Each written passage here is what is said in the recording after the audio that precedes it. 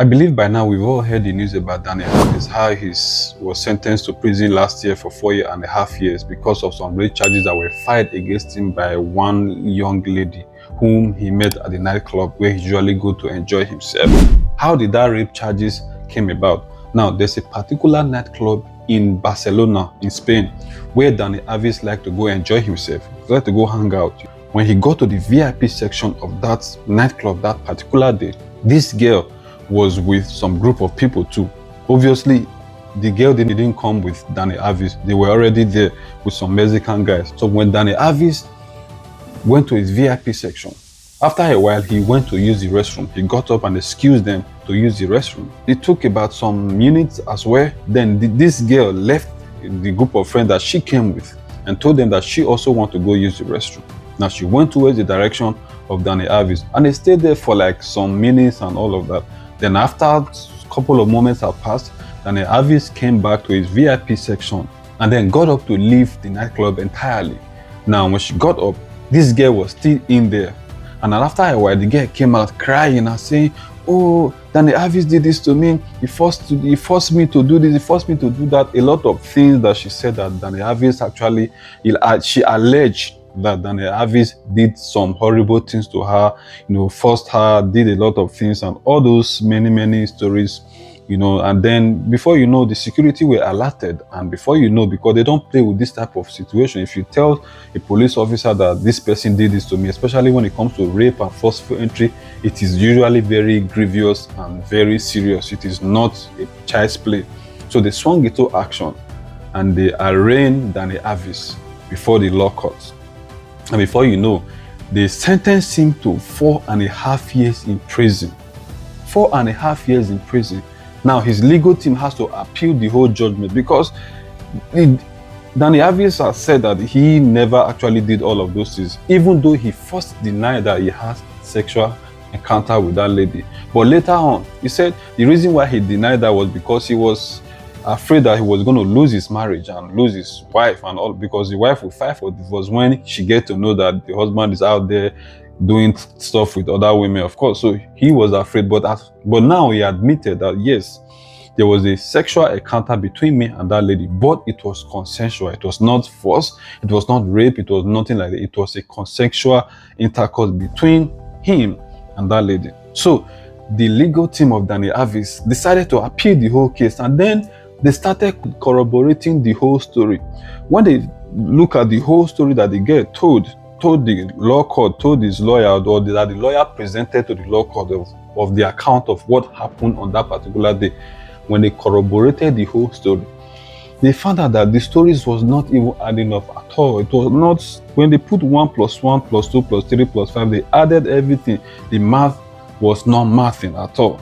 That was how they started, because they did sample, they would take a sample of you, they would did a lot of things, they would examine your whole body. They took all of those things and all those stories. They discovered that none of those stories actually aligned at all. They looked like a fabricated case, right? So now the new judges that sat on the case looked at the whole story, and then they decided to overturn the judgment. Now Dani Alves will now walk free as a free man. Now he's no more sentenced to that 4.5 years in sentence has gone away. Everything has gone away. They discovered that he's just innocent. However, there was a consensual encounter between him and that lady, which is very obvious. All right, now why am I making this video? It seems Dani Alves did not learn from Benjamin Mendy of Manchester City of the similar case that happened to him. There are a lot of women who are out there to get a man. Now, when a woman accuses a man falsely of this type of things, of this serious thing, of this nature, you are not only just destroying the man, you are also destroying the real voice of the real victims of this situation of rape by accusing people wrongly just because maybe you like the man didn't like you. Maybe you guys had a thing together, you wanted it to continue, but the man said, "No, I don't want it to continue, just a one-time thing." Or maybe the man wronged you in other way. Maybe you guys were in a relationship and the man wronged you somehow, and your marriage or your relationship didn't work out with the person. Then instead of just accepting that this thing didn't work out or it was consensual, you just go to the police and go and lie, fabricate lies to the police authorities just to tarnish this person's image or to destroy his reputation, to make sure you just destroy him for no reason. Now, as a man, when they accuse you of this type of thing, because you have to know that a woman's cry is very powerful, whether lying or truth, whether she's telling the truth or she's telling lies, it is always powerful. It doesn't matter if she's saying the truth or she's saying lie. Now, when a woman accuses you of those type of when she alleges those allegations, when she put those allegations on your head, you have to walk your way into innocence. You are already guilty the moment she say you did this to her. You have to now walk your way. You have to now backslide like Michael Jackson to your innocence. And before you do all of that, you must have lost your source of income. You would have lost, maybe if you are married before, you lost your marriage. You would have lost a lot of things. And if you are a superstar or you are a celebrity or an athlete, you just know that all the contract that you have with companies, all the endorsement, everything will go, because no brand will want to associate themselves with someone who is being accused of those type of many stuff. No brand, because it causes reputational harm to their brand. So they will disassociate themselves from you as a brand. They will disassociate themselves from you. Now you have lost everything. You are busy battling legal whatever in court. You are going to court, spending all your money to hire attorney, and everything is just dwindling before your eye. You that is a woman out there that like to accuse me wrongly just because you don't like the man, or the man did something to you that you didn't like, please understand that you are not just destroying that man. You are destroying the voices of the real victims of this situation, because that's a very serious situation. Now, when real victims cry out and say, he did this to me, or she did this to me, and all of that, or even this thing also happened to boys too. When they voice out their concern or whatever happened to them, people will just brush them aside and like, he's one of you guys. What you people always say. You people always do this type of thing before. We've seen the case of this nature before. You people are always telling lies. Now, this person is not taken serious because you have destroyed their voices, because now they are thinking, oh, she's just trying to be malicious. You know, she's not, maybe the guy didn't give her what she wants, that she wants to lie against me.